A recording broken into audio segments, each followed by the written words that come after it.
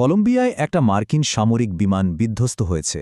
তো প্রশ্ন উঠছে, এটা কি শুধুই একটা মর্মান্তিক দুর্ঘটনা, নাকি এর পেছনে আরও বড় কোনো কারণ লুকিয়ে আছে? আজকের এই আলোচনায় আমরা এই ঘটনার গভীরে যাব আর দেখব কিভাবে একটা দুর্ঘটনা একটা দেশের সামরিক দুর্বলতার প্রতীক হয়ে উঠতে পারে। একটা মারাত্মক দুর্ঘটনা, আর তার কেন্দ্রে রয়েছে একটা বেশ পুরনো বিমান। এই দুটো জিনিসকে ঘিরেই কিন্তু আবর্তিত হচ্ছে কলম্বিয়ার আকাশে ঘটে যাওয়া এই পুরো বিপর্যয়টা। তো প্রথমে দেখা যাক ঘটনাটা ঠিক কতটা ভয়াবহ ছিল। তো আমাদের গল্পের শুরু হচ্ছে কলম্বিয়ার মাটি থেকে, যেখানে একটা মার্কিন সামরিক বিমান দুর্ঘটনার শিকার হয়। প্রশ্ন হল, সেদিন ঠিক কি ঘটেছিল?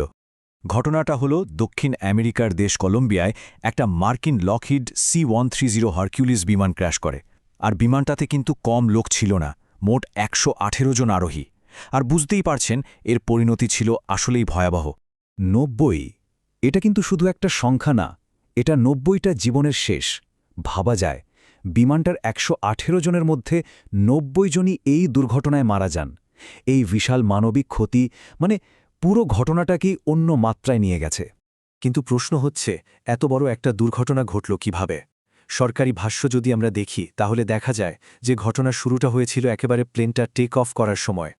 কলম্বিয়ার প্রতিরক্ষামন্ত্রী পেড্রো সানচেজ যা বলছেন তা হল, বিমানটা যখন টেক অফ করছিল তখন রানওয়ের শেষ মাথায় গিয়ে ধাক্কা খায়। এরপর এটার একটা ডানা গাছে লেগে যায়, আর সাথে সাথেই আগুন ধরে বিস্ফোরণ ঘটে।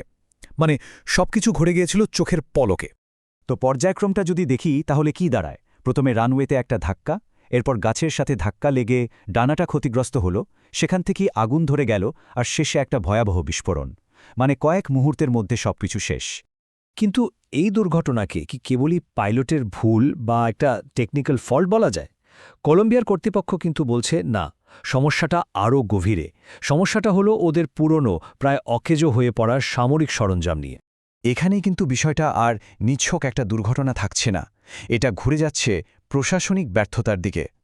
কলম্বিয়ার প্রেসিডেন্ট গুস্তাভো পেত্রো তো সরাসরি সেদিকেই আঙুল তুলেছেন। তিনি বলছেন যে সামরিক বাহিনীকে আধুনিক করার যে প্রক্রিয়া, তাতে যে দেরি হচ্ছে, যে জটিলতা তৈরি হয়েছে, সেটাই আসলে এই ধরনের ট্র্যাজেডির জন্য দায়ী। বিষয়টা আরও পরিষ্কার হবে বিমানটার বয়সের দিকে তাকালে। এই যে C-130 হারকিউলিস, এটা ডিজাইন করা হয়েছিল ভাবুন একবার 1950-এর দশকে। মানে 70 বছরেরও বেশি পুরনো টেকনোলজির একটা প্লেন। আর এই দুর্ঘটনাটা ঘটছে 2026 সালে। মানে 1950-এর দশকের টেকনোলজি দিয়ে আজকের দিনে সামরিক অভিযান চালানো হচ্ছে। এই যে এত বড় একটা সময়ের পার্থক্য, এটাই কিন্তু আধুনিকীকরণের প্রশ্নটাকে আরও জোরালো করে তুলছে। কিন্তু গল্পটা এখানেই শেষ না। আচ্ছা, এবার আমরা এই প্রতিবেদনের সবচেয়ে চাঞ্চল্যকর অংশে চলে এসেছি। মূল রিপোর্টটা যা বলছে তা হল, কলম্বিয়ার এই ক্র্যাশটা আসলে কোনো বিচ্ছিন্ন ঘটনা না, বরং এটা মার্কিন সামরিক বাহিনীর সাম্প্রতিক বেশ কয়েকটা রহস্যজনক ঘটনার মধ্যে মাত্র একটা।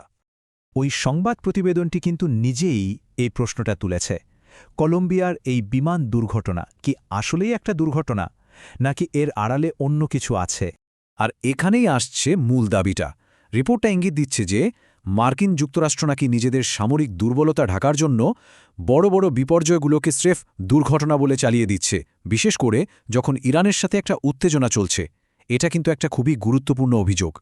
এই দাবির পক্ষে রিপোর্টটা কিন্তু আরও কয়েকটা ঘটনার উদাহরণ দিয়েছে।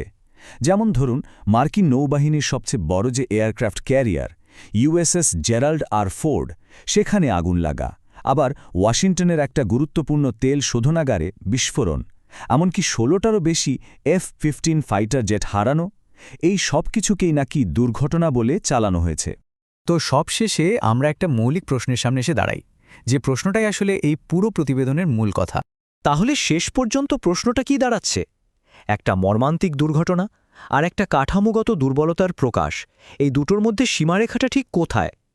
কখন একটা বিচ্ছিন্ন ঘটনা একটা বড় পতনের ইঙ্গিত হয়ে ওঠে? এর উত্তরটা হয়তো সময়ই বলে দেবে।